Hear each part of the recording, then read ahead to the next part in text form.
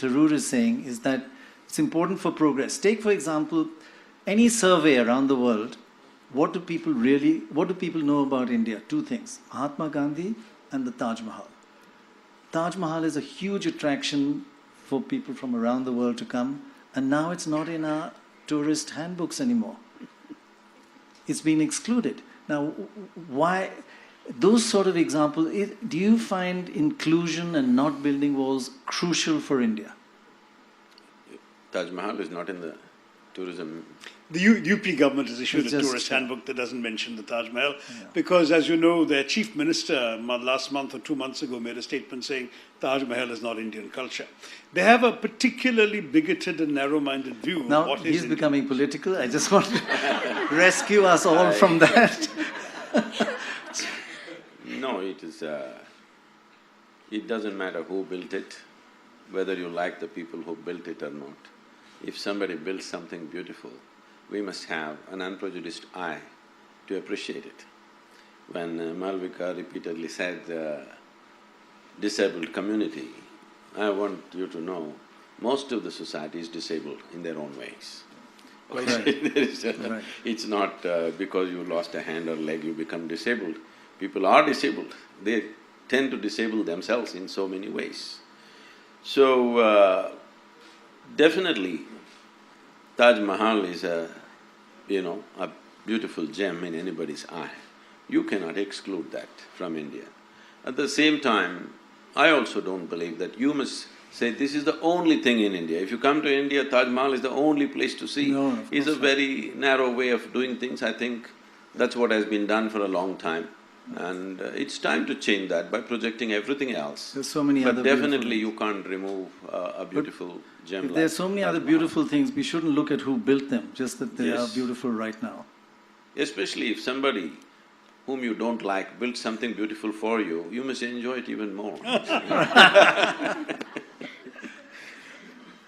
But I worry a bit about you saying people you don't like. Is that… No, I'm saying if you don't like somebody and they build something beautiful for you, But are you talking isn't about there a double joy? But when you say somebody you don't like, you're not talking about a community. No, I'm Talk about I'm an not individual. I'm saying if I did not know that Taj Mahal is pulled out of the tourism thing. I really did not know that. I'm saying the only reason why you may do such a thing is because you don't like someone who built it, because there is a history of invasion, there is cruelty, there are terrible truths of the past. Sashi has been… I have yet to read the book, I have the book, but I've heard him speak here and there about all the things that have been done during the British era, which is very cruel. Absolutely. But if we go to UK now, we don't hate those people. Yes, they have done this to us, we should never forget it. We should never forget it. This has been done to us because this should not be done to us once again. But it does not mean today's generation of English people, we have to hate them. Correct. No, that's not it. So the If same they goes… could give us the Kohinoor back, that's the least you could have No, done. that is that same goes for Islamic invasions. They've done terrible things to us. But we don't have to forget it, we should not forget it. But also they stayed and became us, Sadguru. Huh? They stayed and became us. There were some invaders who came and looted and left. But for many of the people, such as the emperor who built the Taj Mahal, they are us. They are part of our soil, assimilated into our culture.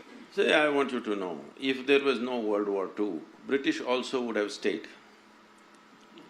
So that doesn't mean that happened because of their love for you. No, but Sadhguru, they sent everything from here back to England, whereas these people, even whatever they looted, they spent here. There is a difference.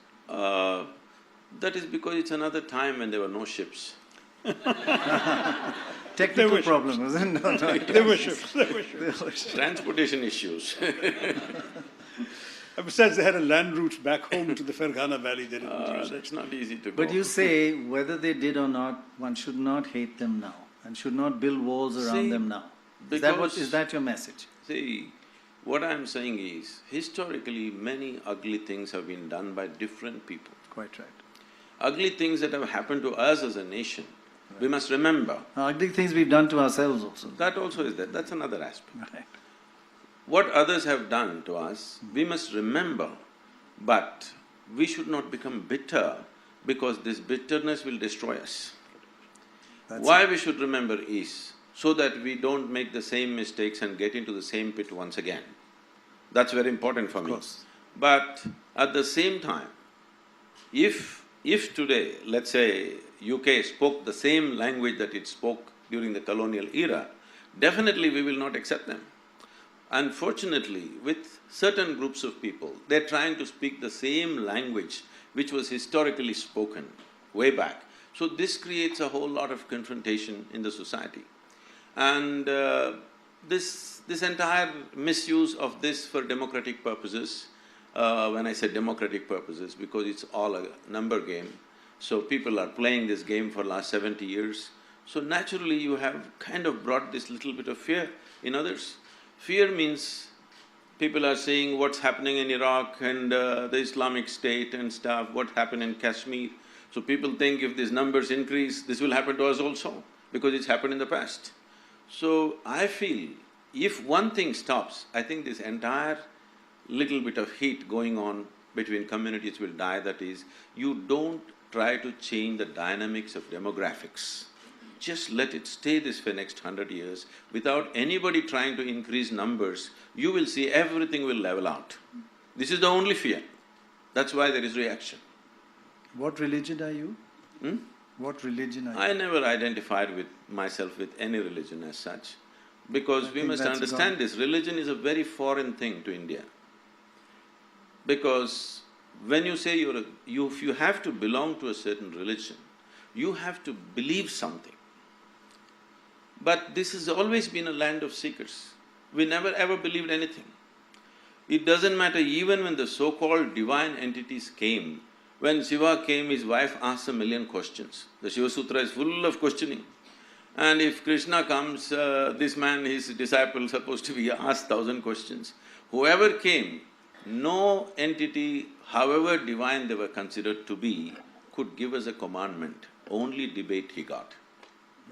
Because there was no such idea as the God in our minds ever. So there is no belief system, so how can you say there is a religion? So it's great that you're not a God man and you don't have a religion. I think that's a huge… God bless you actually for that. No, this…